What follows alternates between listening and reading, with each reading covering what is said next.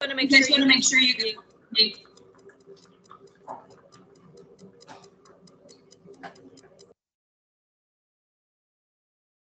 Okay.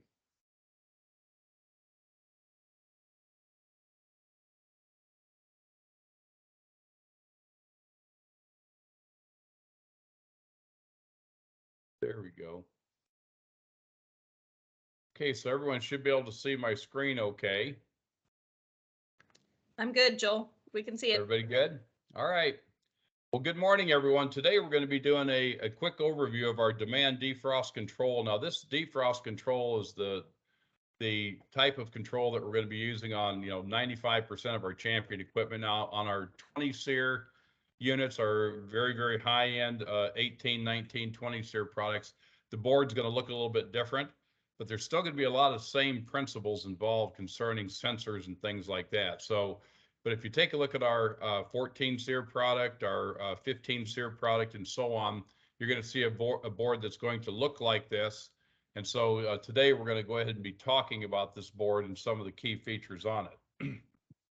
So can everybody see my screen okay? Jill, everything's looking good?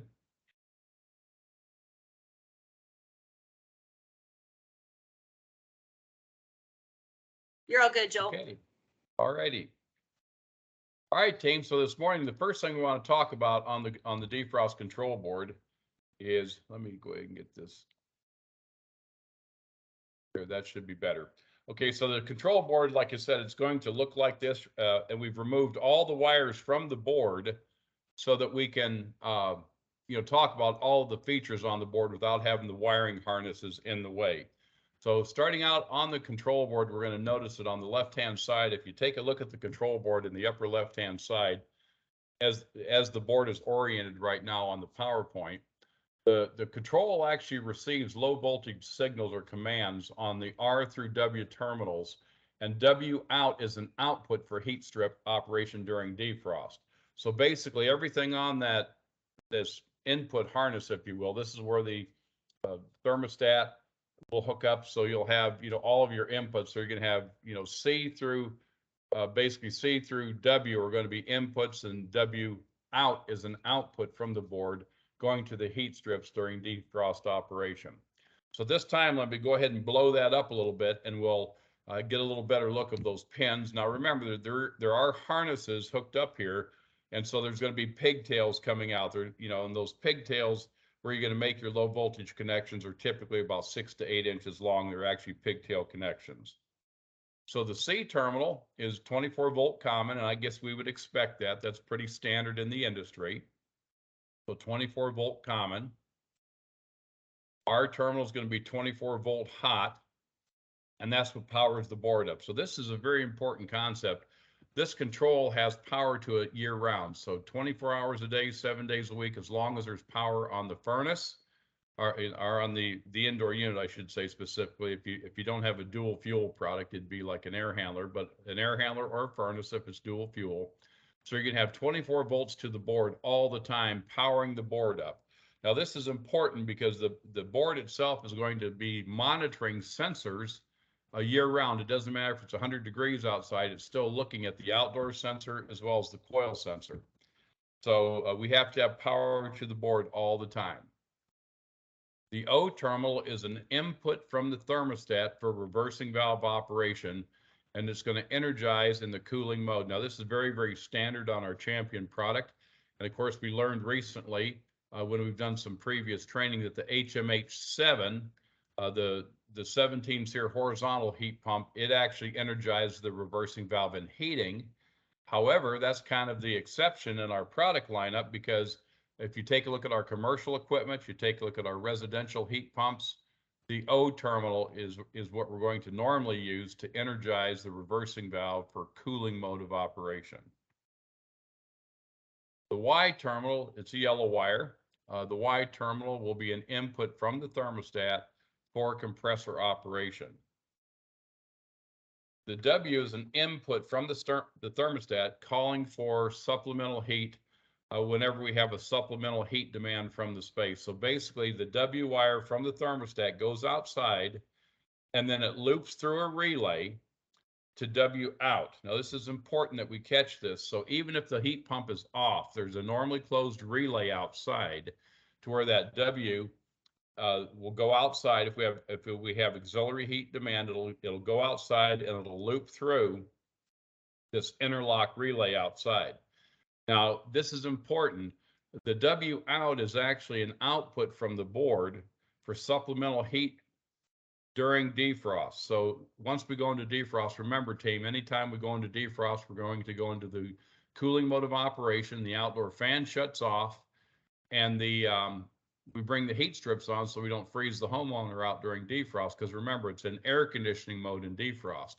So the W out is going to be an output from the board that's going to take 24 volts from the board, and it's going to take it inside during defrost to make sure that the heat strips come on.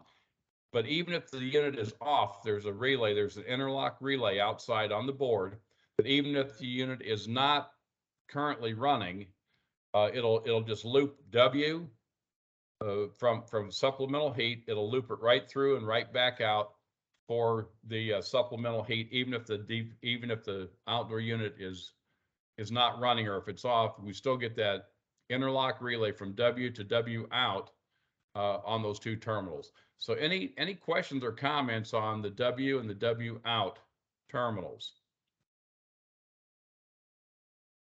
Everybody good? Okay. So as we kind of make our way around the board, we see that we're going to have some pressure switch terminals, and they're going to provide the ability to monitor high side and low side. Now, please notice the pin spacing difference. Let me take my cursor real quick. You'll see that the high pressure pins are a different spacing than the low pressure switch pins. And the reason we do that is so you don't mix them up. So in case you have in case you replace a pressure control, for instance, you'll notice that the pin spacing on the high pressure switch and the low pressure switch are different, and that's so you don't mix them up or have the ability to mix them up in the field. The RV terminals, those are reversing valve terminals. You'll notice it's a 24 volt output from the board on RV between those two pins to provide power down to the reversing valve. Now remember, those RV terminals will be energized by the O input. So anytime I have an O input to the board will look at that input for O terminals, and it'll then energize the reversing valve in the cooling mode. The CM terminals right next to that, the CM pins, are going to be used to energize the compressor contactor coil on a call for compressor operation. So basically what's going to happen when I get a Y signal from the thermostat for compressor operation, it's going to go into the board's anti-short cycle timer circuitry.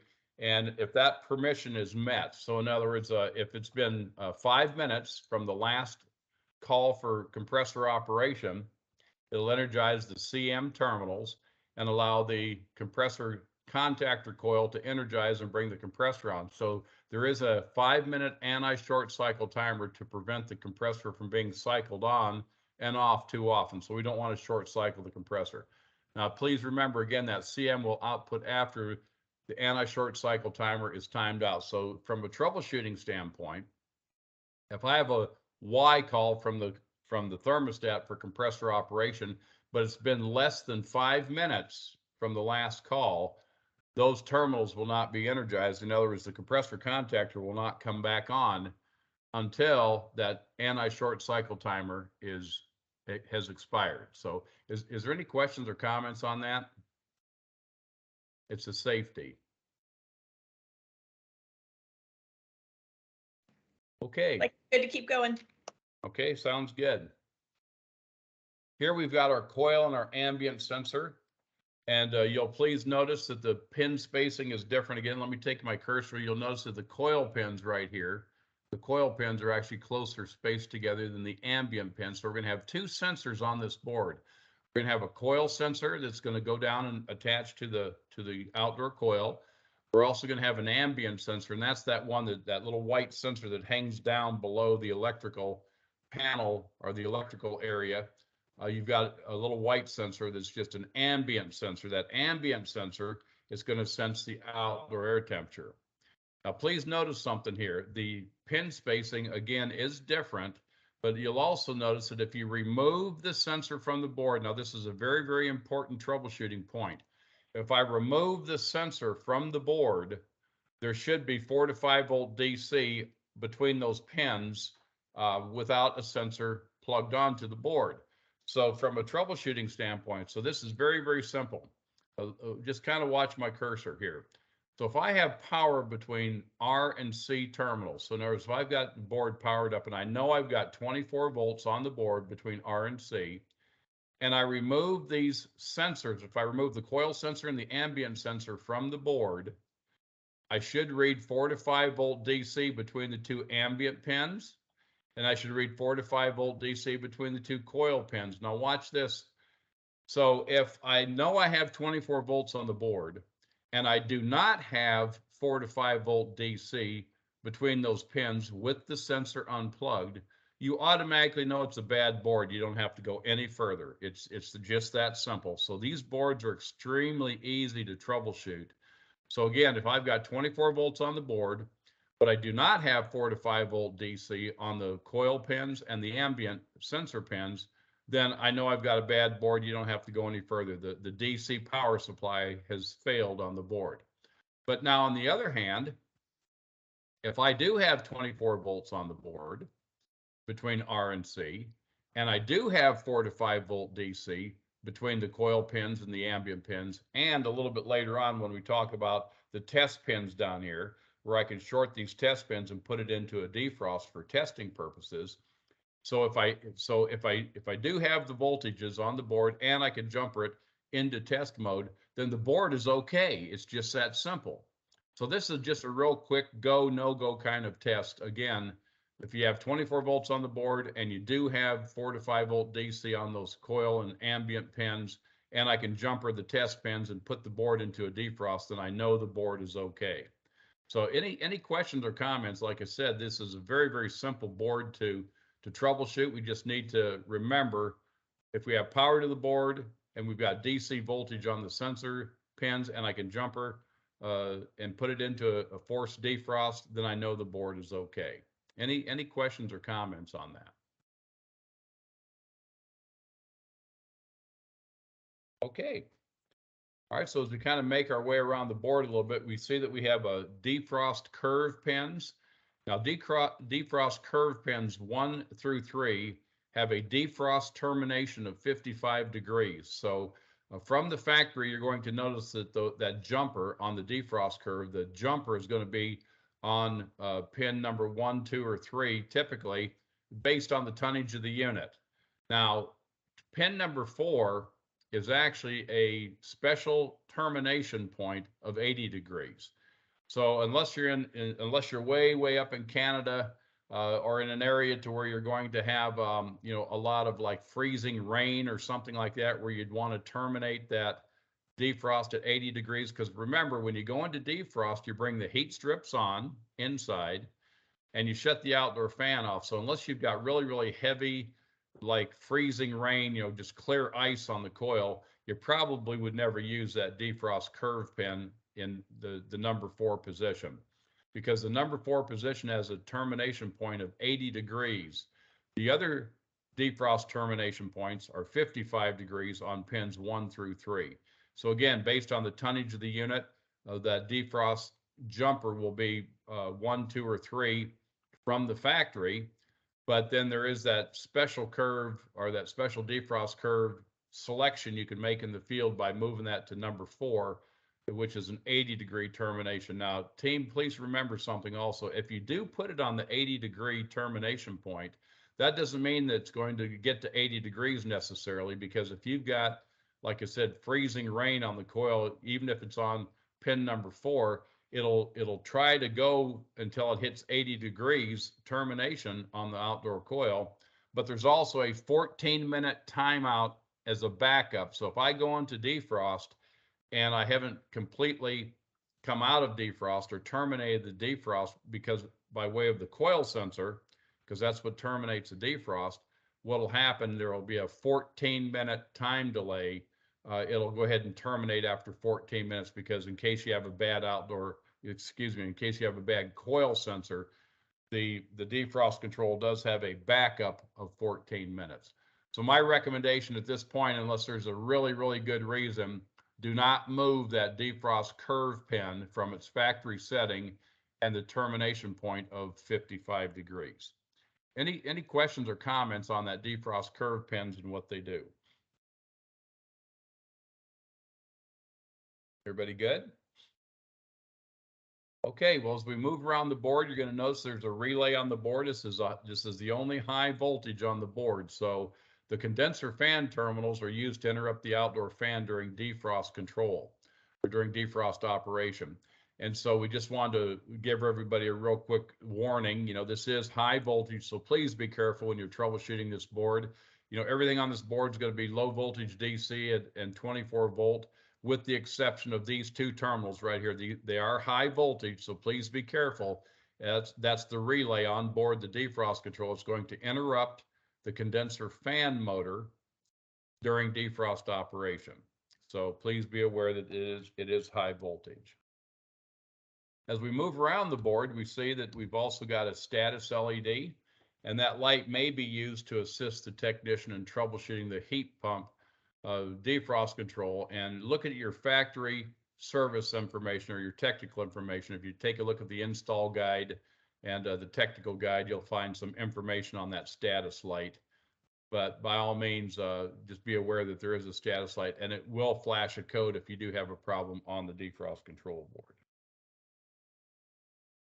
Now, those test pins I talked about earlier, those test pins are there to allow you to force it into a defrost, and it's low voltage DC. It's not going to shock you. It's not going to hurt you. So you can take a quarter or a screwdriver or a key or what have you, you know, something just to short those pins out. Now, this is very, very important. In order to go into a defrost, you have to have a Y signal. So you have to have a Y signal present from the thermostat calling for compressor operation. And if you short those two pins for less than 2 seconds, by the way, nothing will happen. So you have to hold that short on there 6 to 9 seconds. So if you hold it for 2 seconds, less than 2 seconds, nothing happens. If you hold it for 6 to 9 seconds, it'll go into defrost. Now, please make a note of this or write this down. If you continue to hold that short, it'll stay in defrost. Now, this is important. Whenever you short those test pins, it ignores the sensors. Let me say that one more time. So you hold it for 6 to 9 seconds, it goes into defrost. If you continue to hold that short between those pins, it'll stay in defrost and it ignores the sensors. But as soon as you go into defrost after 6 to 9 seconds, when you remove that short, whether it's a quarter or a key or a jumper or whatever, when you remove that short, it then starts looking at the coil sensor again for defrost termination. So from a troubleshooting standpoint, if I force a defrost, let's say I've got the outdoor coil is just absolutely packed full of frost and ice, and I short that sensor and I put it in defrost, I short it for 6 to 9 seconds, and I put it in the defrost, and I remove the short, what's going to happen if it should stay in defrost until the coil temperature is above that 55 degree set point, and it'll go ahead and terminate the defrost that you've just forced it into defrost by way of the coil sensor. Now, if the coil sensor's bad, if you put it in defrost and the coil sensor's bad, depends on how the coil sensor failed. If it failed in the open or the shorted condition, depending on how it failed, it'll either do one of two things. If you short it out and you go into defrost, if the coil sensor is open electrically or if it's shorted electrically, depends on which way it has failed, the defrost control will either stay in defrost for 14 minutes and it'll hit its 14-minute backup time, or it will immediately come out of defrost.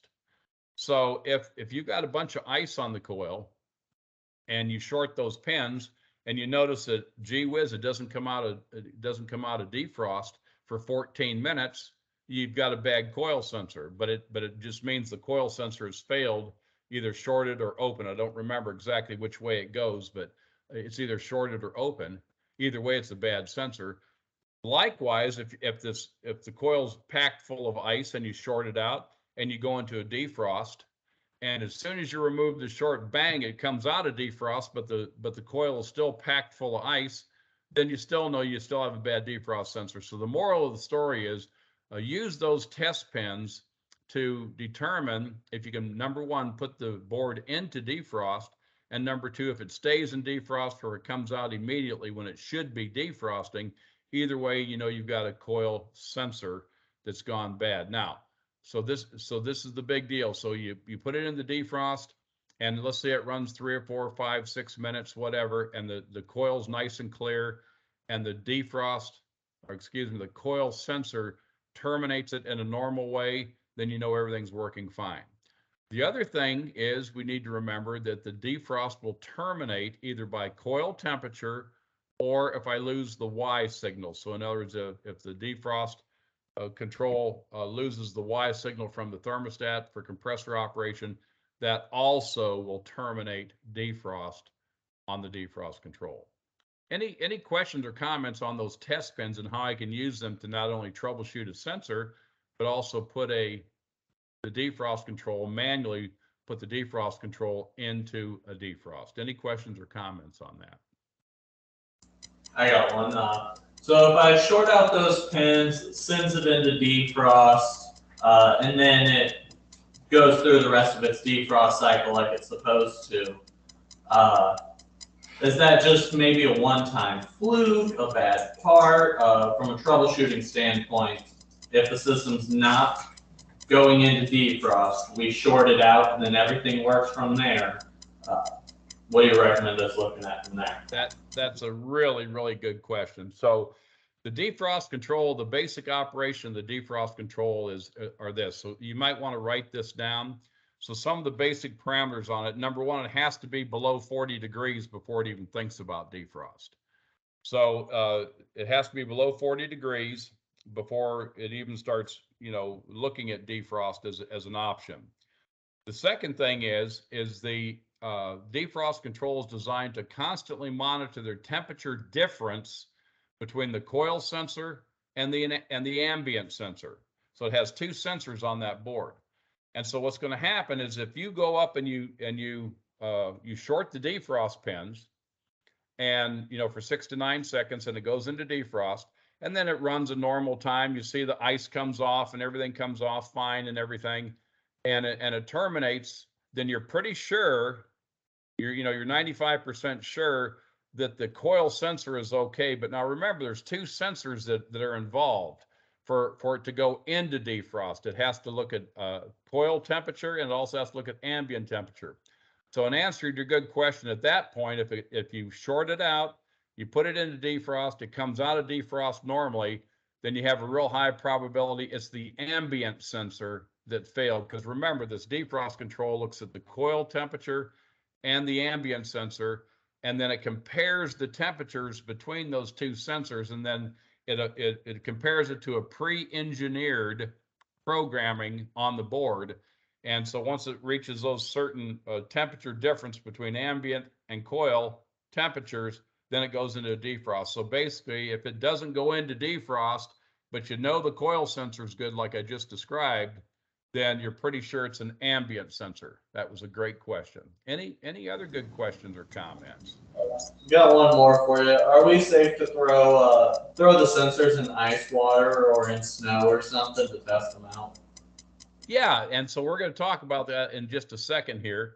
But I'm going to recommend that you go ahead and get just a glass of water and take your pocket thermometer or a temperature probe and make sure it's at the proper temperature, because we're going to show you here in a minute or two, these sensors have a nominal calibration point that you can always check them out with. But I'm going to recommend that you don't soak a sensor in water. Now, look, it probably isn't going to hurt it. It's completely sealed. But what I normally do is I'll take a little piece of saran wrap, just like a little piece of saran wrap, and just kind of wrap it on there.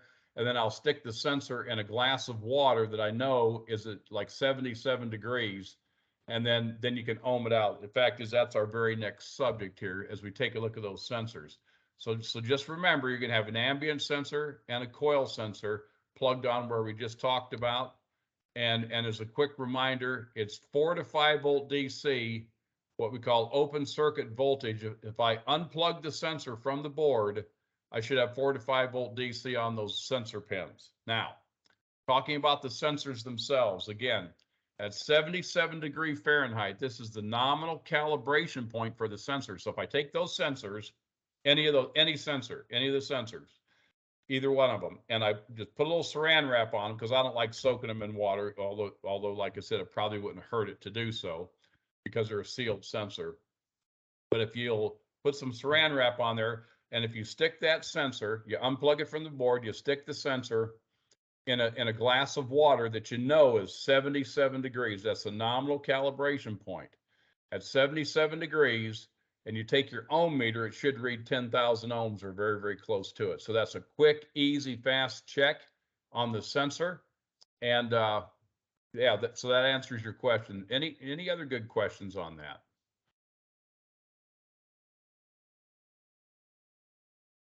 Now, it should be noted also, we're going to recommend that you use some like temperature conductive compound between the sensor and the line, like on your coil sensor.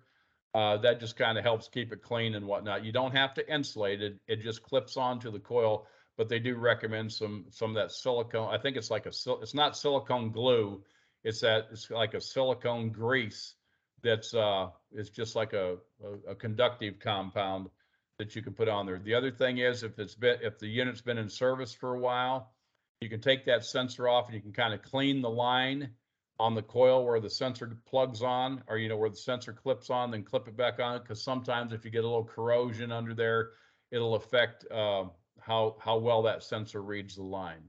But it's yeah, like I said, you just have two sensors. You've got a coil sensor and an ambient sensor, and they both have the same nominal calibration point of 77 Fahrenheit and 10,000 ohms. Good. Any other good questions or comments?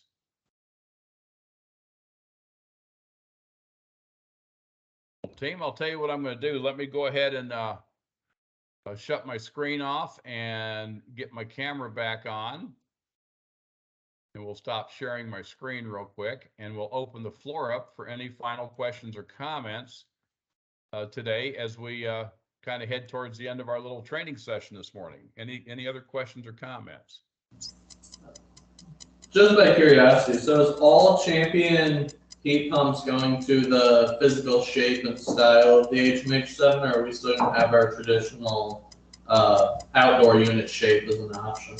That's a very excellent question. No, we're going to still have traditional shapes and sizes, so to speak, with our heat pumps. The HMH7 is a product that we purchased from one of our Asian partners, and like I said, it's been a very, very popular unit, and it's a really good unit.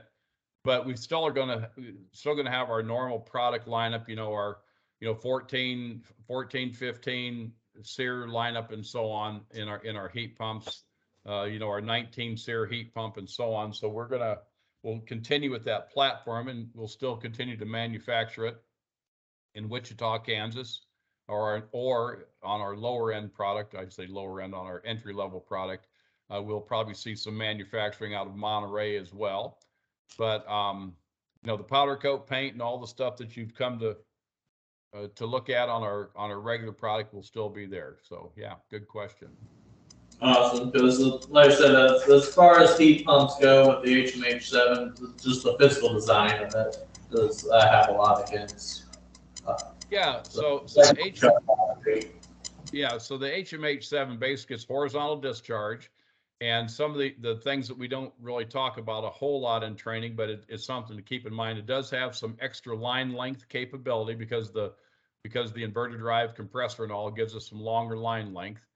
And as you recall from some of our previous training, it's exactly opposite of our other Champion equipment as far as the reversing valve. We energize the reversing valve on the HMH7 in the heating mode instead of the cooling mode. But other than that, you treat it pretty much like a regular heat pump as far as, you know, you braze the lines up, you have a regular expansion valve inside. It's nothing fancy. And, you know, of course, if you're going to be doing dual fuel application, you know, we've got that little thermostat that we've been recommending on the suction line of the indoor coil. But other than that, I mean, it's just a regular heat pump and a high efficiency heat pump as well. So good question. Denny? I think we're all good. All right. Well, guys, I'm going to go ahead and stop the recording at this time. Thank you for training with us this morning. We sure appreciate it and look forward to doing it again soon. Thanks, Joel. Have a good day, everybody. We'll see you next week. See y'all later. Bye. Absolutely. Have a good day.